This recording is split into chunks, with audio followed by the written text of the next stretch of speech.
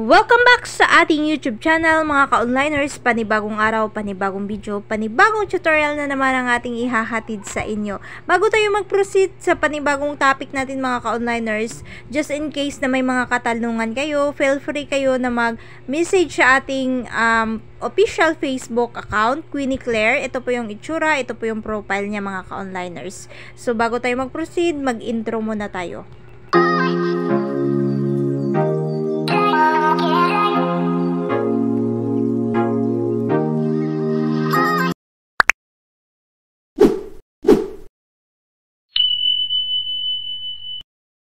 Welcome back again mga ka-onliners. Ayan, nag-purchase tayo ng 199 load sa ating mga GCash pero hindi dumating yung ating PIN. So, ito yung mga pamamaraan ko talaga mga ka-onliners, no? So, syempre dahil nabawasan na yung ating mga yung ating balance, so chinek ko ulit dito sa ating message. Wala talaga, as in yung GCash is hindi talaga nag-send sa atin ng PIN. So, refresh lang ako ng refresh. In-on and off ko na rin yung cellphone ko and then pabukas wala pa rin talaga. So, bumalik ulit ako sa aking GCash account mga ka-onliners and then na-refresh ko yung balance baka kasi bumalik kaya hindi tayo naka-receive ng PIN. So, wala talaga. So, bumalik ulit ako sa message section ko mga ka-onliners. Chinek ko. Magpa 5 minutes na wala pa rin talagang PIN na dumating. So, nag-search ako sa ibang mga YouTube channel, wala din mga ka-onliners, walang nakapagsabi ng direct, no? Ewan ko, may iilan sigurong gumawa pero hindi talaga nag-pop up sa homepage ng aking YouTube. So ngayon, ang ginawa ko is pumunta ako sa help center ng ating mga GCash. Bago tayo mag-enter ng PIN, may help center dyan. And then, nag-click ako and then dito, chat with Gigi, ayan yung una kong ginawa. So, after nag-chat ako kay Gigi, marami siyang tinanong and then lahat ng yun sinagutan ko lang. Nag-hello muna siya. Ayan, nagpakilala siya na isa siyang virtual assistant. Okay? And then, by using the service, consent to provide, yung hinihingi niya dito mga ka-onliners is name mo, number ng iyong GCash, and then yung email address na naka-indicate sa iyong GCash mga ka-onliners. So, ipapakita ko lang yung pag-type ng name ko, pero yung number at saka email address ko mga ka-onliners is nilagay ko, pero hindi ko na na-record kasi nga, confidential mga ka-onliners para iwas tayo sa mga maraming nag-i-scam ngayon mga ka-onliners. So, pagkatapos nito mga ka-onliners, so, pag nalagay mo ng number at email mo, ito yung ite-text agad sa iyo ni Gigi. Ayan. By the way, I can also help you to check the status of your ticket. Ayan ba? Or update. So, wala dyan. Sa message ako pumunta. So, pinapili niya ako. And then, nilagay ko sa message, I purchase satellite load from GCash pero I don't receive PIN. So, ito yung text ni Gigi sa akin, ni-reply. So, hanapin nyo sa text niya, what should I do if I don't receive my PIN, mga ka-onliners?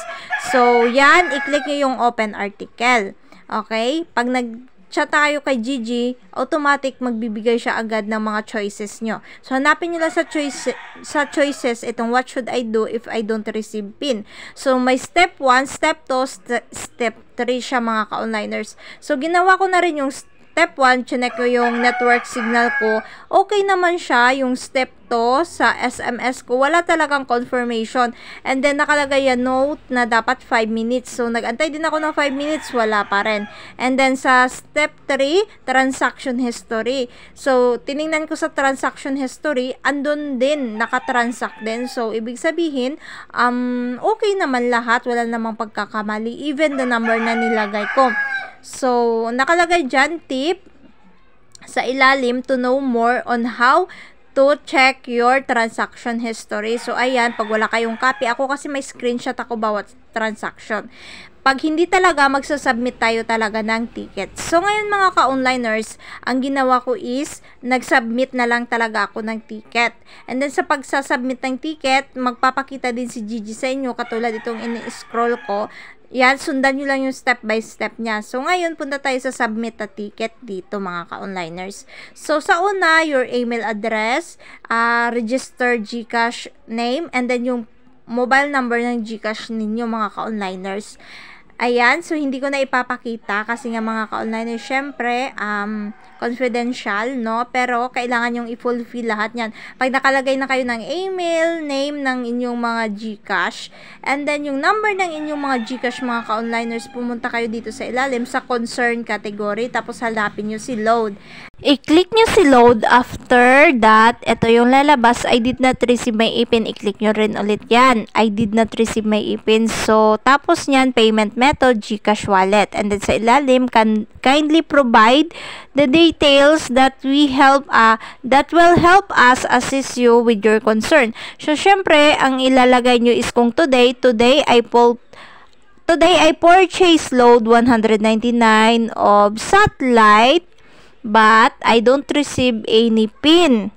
So, ayan lang yung nilagay ko mga ka-onliners, and then please take action for it. So, yan lang din yung nilagay ko para naman medyo dalian nila, no? So, yan lang. And then, nilagyan ko ng thank you. And then, sa ilalim yung date of transaction, i-click nyo. So, today, set nyo na, or kung kailan yung date, then amount 199. And then yung pinaka-importante is yung naka-indicate na file, mga ka-onliners, dito sa attachment. So ako kasi mahilig akong mag-screenshot, kaya ayan, nilagay ko yung screenshot ng aking satellite 199. And then pagkatapos sinubmit, and then ito na yung lalabas. Pag nasubmit nyo ng mga ka-onliners, no, mag-antay lang kayo ng 20 minutes to half hour, magpapadala si GCash sa inyo ng PIN. So, ewan ko lang kung magkakatulad po tayo, ha. After submitted my ticket po, mga ka-onliners, nag-antay po talaga ako ng 1 hour sa pagitan ng 20 minutes to 1 hour kasi hindi ko napansin na dumating yung PIN ko. Kasi nakalagay doon, we will get back to you 24 hours. Pero sa akin naman, kaso mga ka-onliners, kasi PIN lang siguro, nag-send sila sa akin na wala pang 1 hour. So, ganun lang mga ka-onliners, kasimple at kadali kung paano natin mag-request ng panibagong PIN. After that mga ka-onliners, chinek ko yung message section kasi nagpadala na si GCash ng ating PIN. So, eto na dito sa GCash natin, ayan.